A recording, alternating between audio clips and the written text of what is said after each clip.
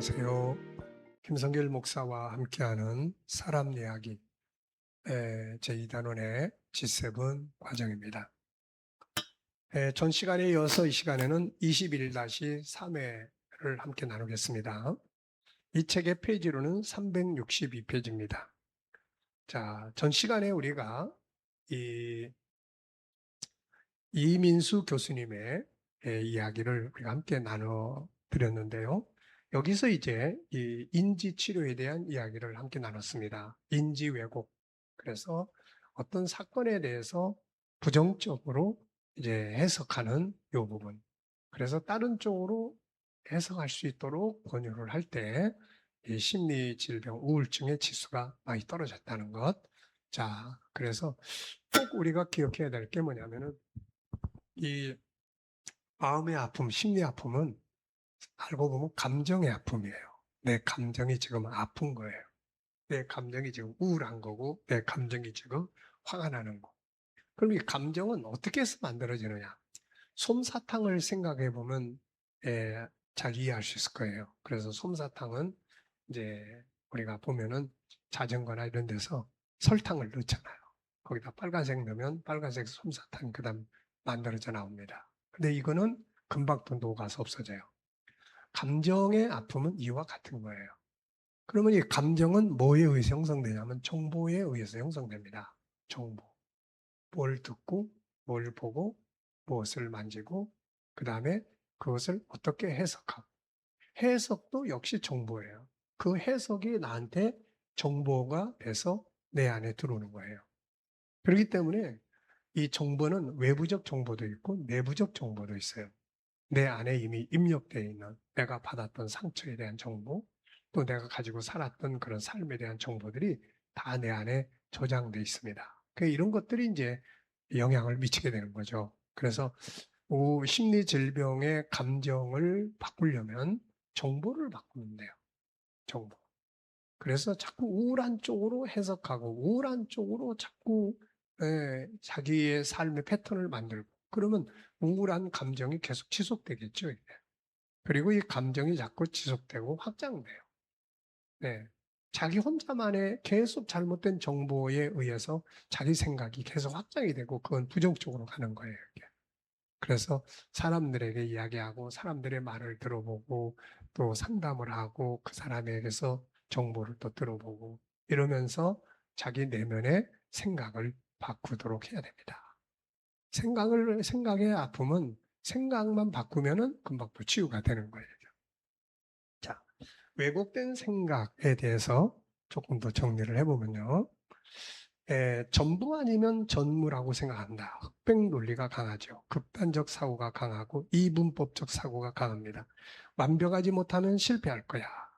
또 감정적으로 추론을 합니다. 어느 한 가지를 너무 강하게 느끼기 때문에 다른 반대되는 증거는 무시되거나 고려하지 않습니다. 그래서 이런 것들이 점점점 강해지면 강박관념으로 가게 되는 거예요.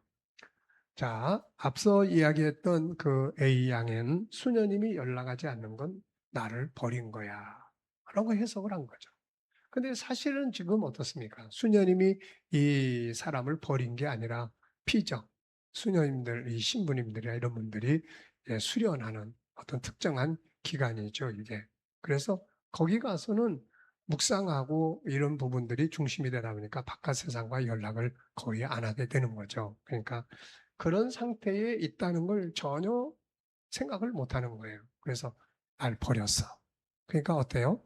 버렸어라는 정보가 내 감정을 어떻게 만들어요? 버렸어. 그러면 어때요? 우리가 어디서 버림받았어. 그럼 감정이 어떻게 되죠? 이 정보는 감정을 우울하게 하고 화가 나게 만들고 사람들이 싫어지게 만들고 그리고 나 같은 건 필요 없어. 라고 해서 결국 자기를 버리려고 하는 쪽으로 감정이 자꾸 형성이 되는 거예요. 이게. 그래서 이때 필요한 게 다른 다른 이유가 없을까? 이거 이제 인지를 바꿔주는 거예요.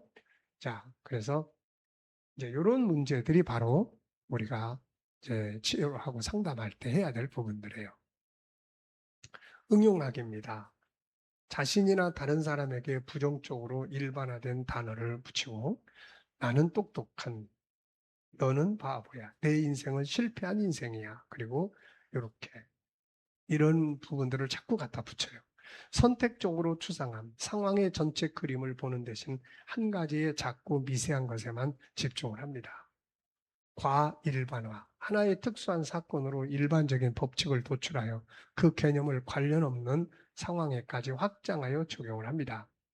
과일반화라고 하는 것은 단일 사건에 기초하여 극단적 신념을 가지고 유사하지 않은 사건이나 장면을 부적절하게 적용하는 과정, 하나를 보고서 그것이 전체인 양 느끼거나 판단하는 것을 말한다. 이런 경우들이 참 많거든요. 이게 어떤 거 하나를 그렇게 경험했으면 그 사람을 완전히 그 사람의 인생 전체가 그렇게 그럴 거다. 이렇게 정리를 해버리는 거죠. 전에도 그러든 지금 또 그래. 앞으로는 그래가지고 어떻게 살래? 이게 다 이제 그런 과의 이 뭐예요? 과일반화 현상이에요. 그러니까 부정적 개념이 요거에만 부정적인 게 되면 되는데 이게 부정적이니까 딴 것도 다 부정적이야. 이렇게 돼버리는 거죠. 그래서 이런 것들을 우리가 조심해야 합니다. 자, 과장과 축소, 긍정적인 면은 축소하고 부정적인 면은 과장합니다. 개인화, 외부 시선을 자신과 관련 지을 것이 없는데도 이를 관련 지어 생각하는 경향을 갖죠. 실제는 상관이 없는데도 과장님의 표현이 안 좋은 것이 나 때문에 그럴 거야. 그리고 자기를 학대하는 쪽으로, 자기 책임 쪽으로 몰고 가는 거죠. 자신의 부정적인 해석 외에 좀 더 대안적인 합리적인 해석은 없는지 검토해 보는 게 중요합니다. A양과 비슷한 경험을 한 적이 있거나 스트레스에서 좀 더 합리적인 대처를 원한다면 메모지와 필기구를 꺼내들고 오늘 나의 기분에 영향을 준 일들을 기록을 해보는 것도 좋아요. 나의 해석에 적합한 증거는 뭘까? 나의 해석에 반대되는 증거는 뭘까? 또 다른 설명이나 이유가 있을까? 일어날 수 있는 최악의 일은 무엇일까? 일어날 수 있는 최선의 일은 무엇일까? 나의 자동적 사고를 믿어서 내가 얻는 이득은 무엇일까? 만일 나의 사랑하는 친구가 나와 같은 상황에 처해 있다면 나는 무엇이라고 말할까? 자, 여기서 간략하게 소개했지만 이러한 생각 바꾸기, 인지행동 치료의 기법은 우울증을 치료하고 예방하는데 이미 그 효과가 검증되어 왔을 뿐 아니라 일반인들이 자신이 받는 스트레스를 관리하는 데도 많은 도움이 된다. 긍정적이고 낙관적으로 보는 습관을 만들자. 성숙한 태도로 훌륭한 대처 능력을, 방식을 가지면 단지 우울증을 예방할 뿐만 아니라 모든 질병에 저항할 힘과 어려운 상황에서도 우리 자신과 행복을 지켜갈 수 있는 힘이 되어준다. 동일한 암에 걸렸을 때 긍정적이고 낙관적인 태도를 가진 사람이 5년 생존율이 높았음을 보여주는 여러 연구가 보고된 점에서도 알 수 있다. 자, 우리가 이렇게 참 다양한 방법들을 가지고 또 치료에 가갈 수 있다는 거. 특히 생각을 바꾸면 또 감정도 바뀌게 되고 감정이 바뀌어지게 되면은 이제 치유가 이루어지게 되는 거죠. 자, 이민수 교수님이 이제 소개하신 내용들, 약물요법, 정신요법, 네, 그리고 이제 세 번째로 이제 이분도 또 강조하신 게 체질 개선이에요.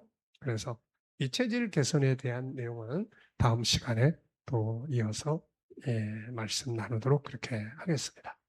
자, 이 시간 여기까지 하고 마치겠습니다. 자, 감사합니다.